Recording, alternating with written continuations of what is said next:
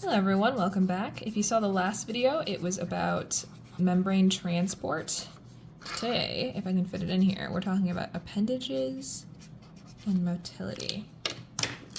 So the three things, this is going to be a pretty short video that we're going to talk about today, in order, are capsules, flagella, and Pili, also known as Fimbriae, but I really hear Pili more often. And if you remember, you might recall we talked about Pili during conjugation. So, call back. Okay, what is a capsule? This is like, okay, here's your bacterium.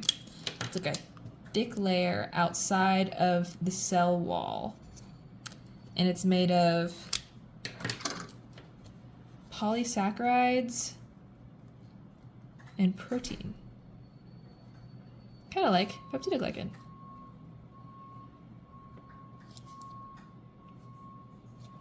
What does it do?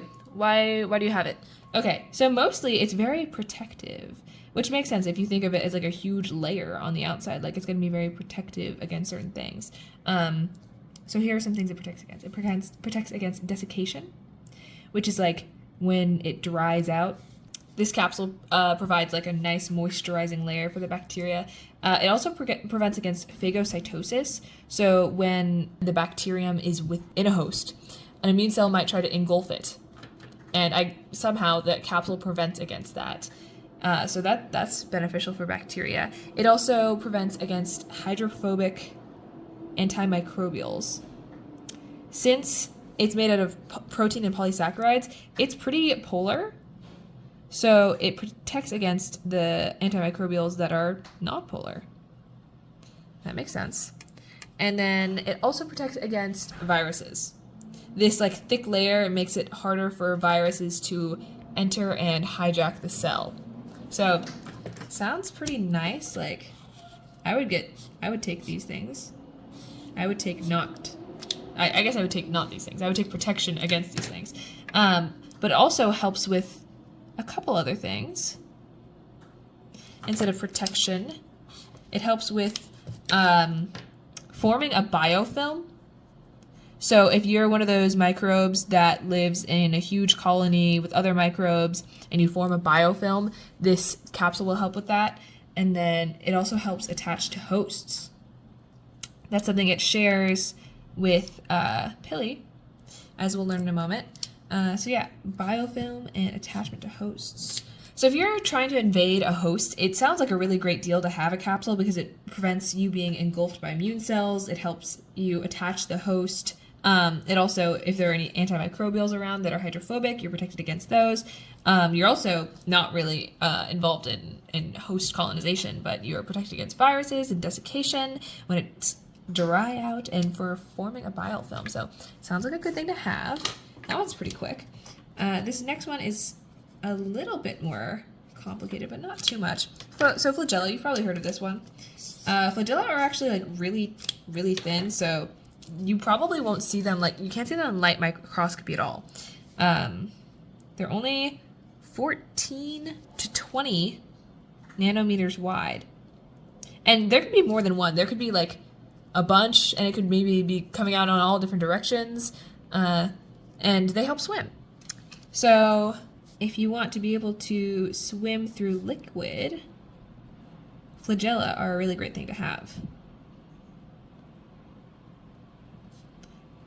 And we don't really talk about motility in terms of the one thing we already talked about, which is curvature, which also helps swimming through liquid when it's viscous. So remember that, that's important. But flagella are like the thing that like, you know, it's a motor basically that pushes you through. So how does this work? Basically, we have, I'm going to call this the outer membrane. This can be our paraplasm within here. So this is our peptidoglycan cell wall. This is our outer membrane. This is our inner membrane.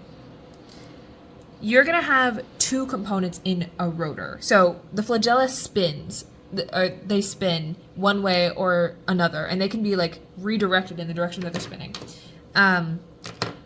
But so they're like, they follow that basic motor structure where you have both a rotor and a stator.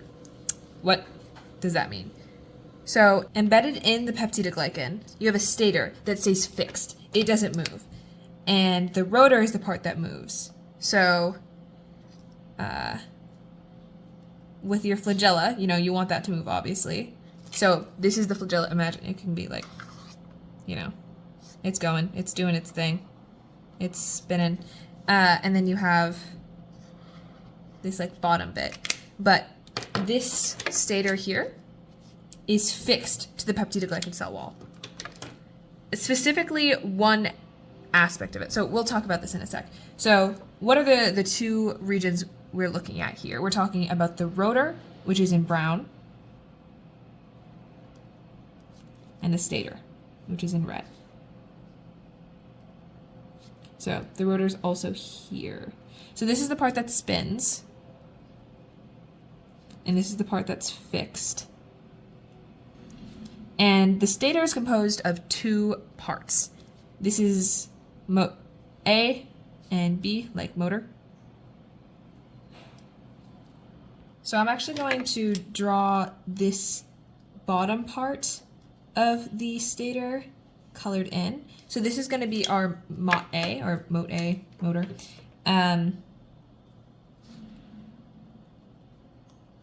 This is an inner membrane channel, so on the inner membrane, and it lets protons pass through it, which causes it to spin. So it's a transport channel in the inner membrane that pushes the rotor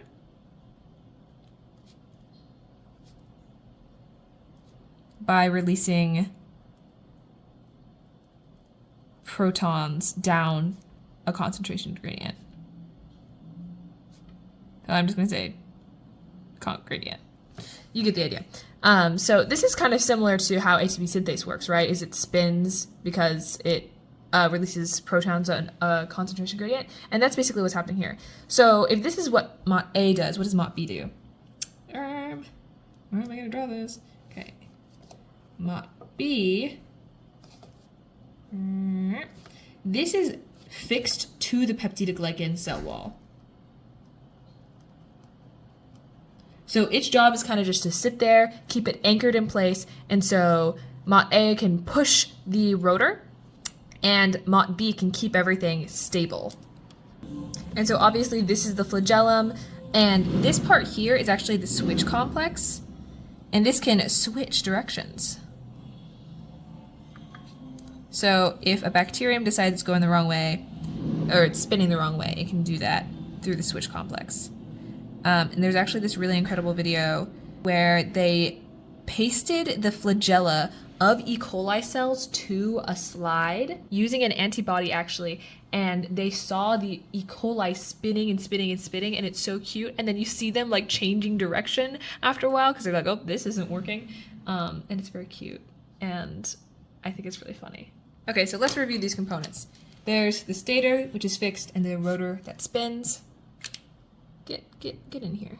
Come on. Okay.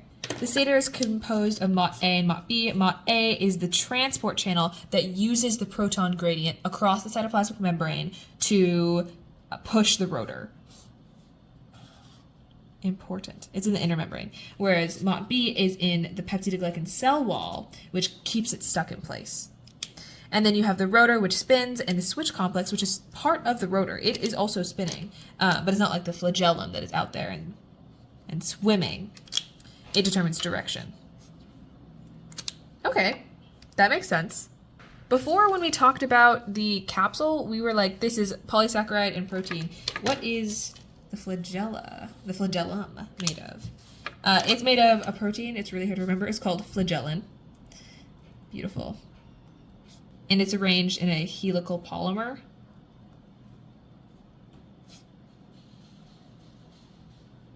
So yeah, it enables the swimming through liquid. So obviously we have lots of layers here. This is a gram-negative bacterium example, right? Because you don't have your outer membrane and inner membrane in a gram-positive bacterium. This is how it would be embedded in gram-negative. If you had gram-positive, it would just be embedded in the membrane. which is kind of as deep as you can go, you know, your membrane, and then it has the thick cell wall layer. So that's how it goes in gram-positive bacteria. But yeah, you can have flagella in either. So yeah, those scientists from Harvard that did this experiment where they like pasted the flagellum down and watched it spin, that confirmed that it was a rotary motor, and it uses 1,000 protons per revolution, which is pretty expensive. But they can travel really fast, like 60 cell lengths per second, which I think is kind of crazy. So how would we go about trying to isolate the genes or identify the genes involved in the flagellum? Well, we could do a visual screen isolating non-motile mutants. So how would we do this? Oh, I don't know. Okay, guys, don't follow me blindly. Not number one. This is the objective, right? We want to isolate non-motile mutants. What is step number one? How would you do it? I think first we need to make mutants. Yes, good plan. Okay, one, mutagenize. And we're gonna plate them on hard agar. Then we'll transfer to soft agar.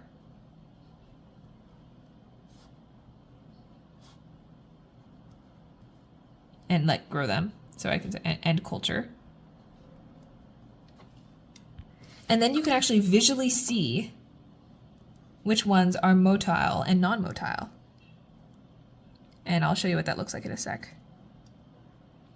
So since they're on the soft agar, if they are motile, they can swim, they can move. So if you were to like do your little toothpick and stab a spot and it's non-motile, it'll look like this. It's just stuck there. But if you had something that was more motile or like even hypermotile, you might see something like here. I can do a nice visual. We'll do a blend here. So it'll look kind of like spread out and much wider because it is moving through the gel, through this viscous media. So this one might be hypermotile because it's all spread out. Interesting. So you could look and you could say, okay, what are the genetic differences between this and this? What genes are responsible for these phenotypes? Interesting. So all we have to do is mutagenize and plate on hard agar, transfer to soft agar and grow it, and then see what happens. Are we non-motile or are we hypermotile? Or are we not changed at all? Or, I don't know, did we die? Well, if we died, it was probably an essential gene. And if we died, we can't figure out what changed because we're dead. And there's no bacteria to look at. Okay, so that's capsules and flagella. Okay, this is going to be a tight squeeze, but I think we can fit Pili on here. Also known as Fimbriae. Fimbriae. So type 4, I feel like are a classic. These are used for movement across hard surfaces.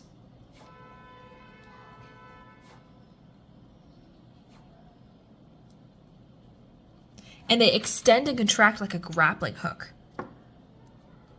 They can reach out, attach to something, and then pull the bacterium closer to it by degrading the inside of the pilus. So let me explain.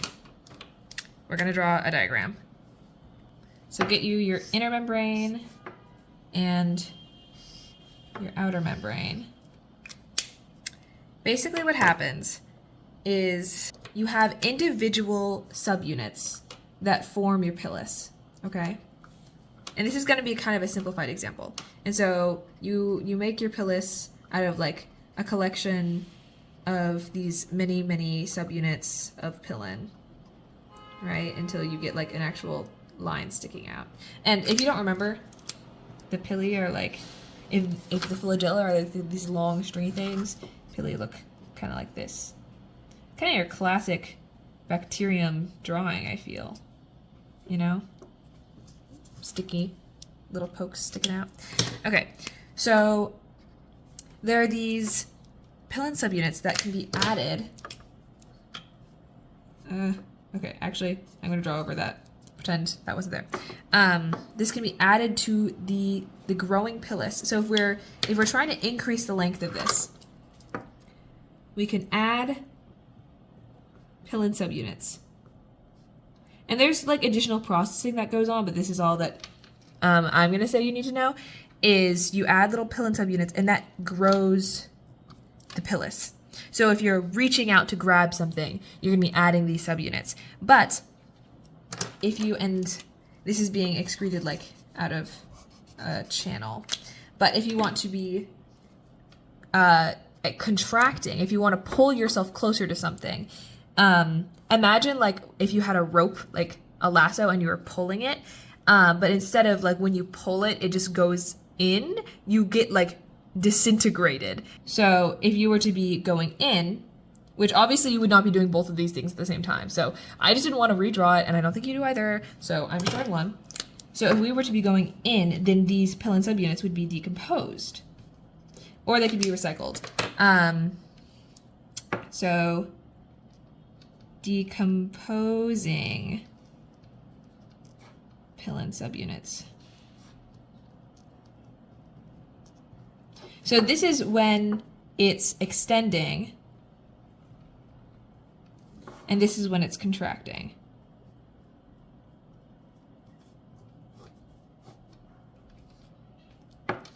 And these type 4 pili do both.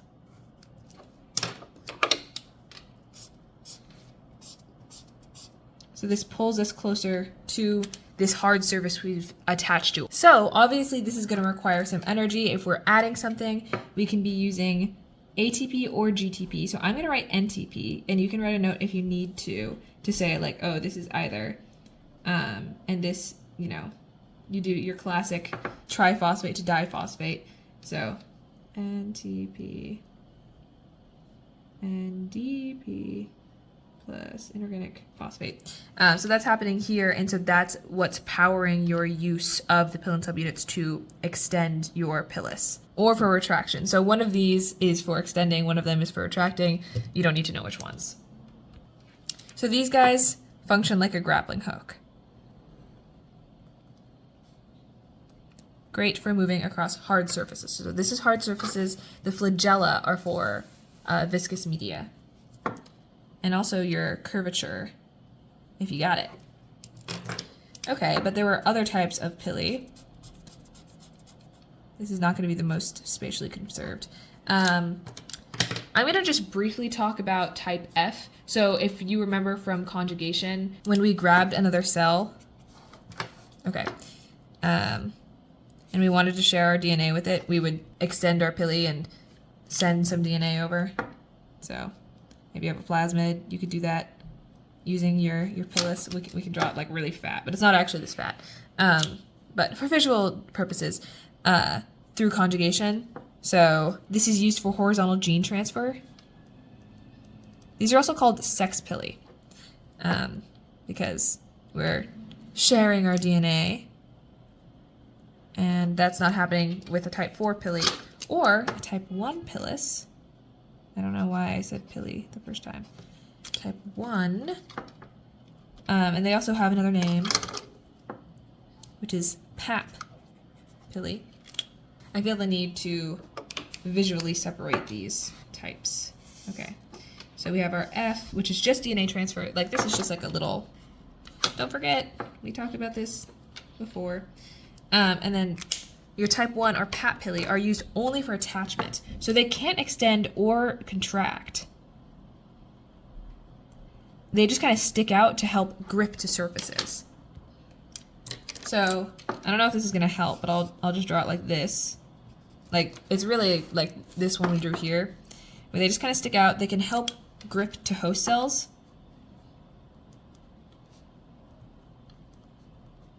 So like the epithelium, if they're invading, like, for example, this was found in uropathogenic E. coli. So that tract area that's kind of like slimy, the type 1s or pap pili helped attach to that.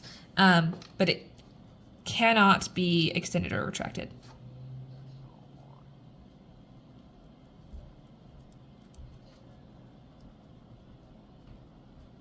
And that's it. Those are all of your appendages and motility information. So let's do a little bit of a review. Your capsule, it's this nice thick layer made of polysaccharides and proteins, which presents against desiccation, phagocytosis, hydrophobic antimicrobials, and viruses, but it helps with biofilm formation and attachment to hosts. And I just realized that this is kind of hard to distinguish between with our flagella and our capsules. Okay. So the flagella, what do? They help you swim through liquid. You have your flagellin protein and a helical polymer, and it's pretty skinny. And it's composed of the rotor that spins and the stator that's fixed. And the part that's like stuck really to the peptidoglycan layer, that's MOT B or MOT B. And the part that pushes the rotor is MOT A. It's a transport channel, and it uses the proton gradient to generate the energy to spin, kind of like ATP synthase. And then there's a switch complex at the bottom here beyond the inner membrane that determines direction. So if you were to look for non-modal mutants, you would want to mutagenize them, plate them on hard agar, and then if you put them on soft agar, you can look at them and see, are they spread out or are they like really fixed to where they are in the kind of viscous media? Did they swim or are they stuck? And then we have our Pili or Fimbriae. And these are in 3 major groups. We have our type 4 Pili, which are used for movement across hard surfaces. And they can be extended and contracted like a grappling hook. And so by the use of NTP, which is either ATP or GTP, some sort of triphosphate molecule that is used in cellular energy, it can add pilin subunits, or it can take them away to extend or contract your grappling hook. And then there's the F Pili, which are used for DNA transfer, like conjugation, your type 1 or PAP Pili, which are used for attachment, so you can grip to the epithelium. So if you're an infectious bacterium, a pathogenic one, you'd really want to have type 1 Pili and a capsule to prevent phagocytosis and help attach to hosts. Sounds like a great... Oh, and you can have flagella to swim through, the host. So sounds like a great pack of resources to have. But these PEP or type 1 Pili cannot be extended or contracted. Well, that was interesting. Hopefully you learned something about all these lovely appendages and how they're used in motility. It's important to remember that as an appendage, it's not like a for sure part of the bacterium. A bacterium can have all of these things, or it could have none of them. I don't know which ones have which, but they are used for different purposes. So if you're not a pathogenic bacterium, maybe it's not beneficial for you to have a type 1 Pilis, especially if you're like in a biofilm, you're probably not going very far. So having type 1 Pili that help grip to things, like what are you gripping to? And then where do you need to go? Like especially on hard surfaces, because you're in a biofilm. So I don't know, just interesting thoughts. Hopefully you learned something new and you're thinking something fun about bacteria. That's all I got for you today.